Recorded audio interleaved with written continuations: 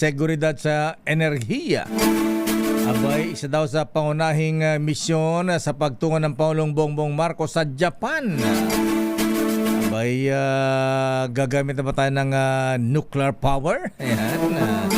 Gagaya na ba natin ang Japan? Alamin natin ang detalye mula kay RS number 14. Let Narciso, please come in. Miss Let. Lakay ni Seiya, patuloy na palalakasin ng Pilipinas ang kooperasyon sa Japan bilang bahagi ng pagsisikap na makamit ang seguridad sa enerhiya.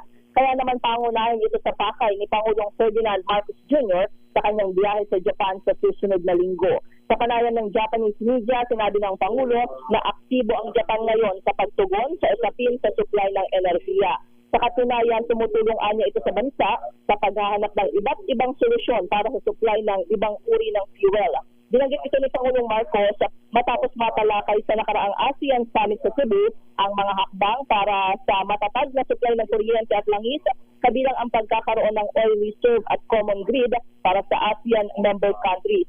May alok-anya ang Japan na $10 billion assistance sa pamagitan ng Partnership on Wide Energy and Resources Materials of Power Asia na inilunsad ni Japanese Prime Minister Sanai Takaichi noong Abril. Samantala lakay na numpana kay Pangulong Marcos si bagong DBM Acting Secretary Kim Robert De Leon. Ngayon naman ay humaharap sa isang press briefing sa Malacanang sina DILG Secretary John V. Remulla, PNP Chief Jose Melencio Nartates at DOJ Secretary Vida. At doon sa naunang pahayag ni Secretary John Vic, pagkatapos ng inisyal na investigasyon doon sa insidente sa Senado, igibit ito na walang nangyaring pag-atake. Batay daw yan sa lahat ng mga ebidensya. Pakinggan natin yung bahagi ng pahayag ni Secretary Remulla. To sum up, there are 29 incidents.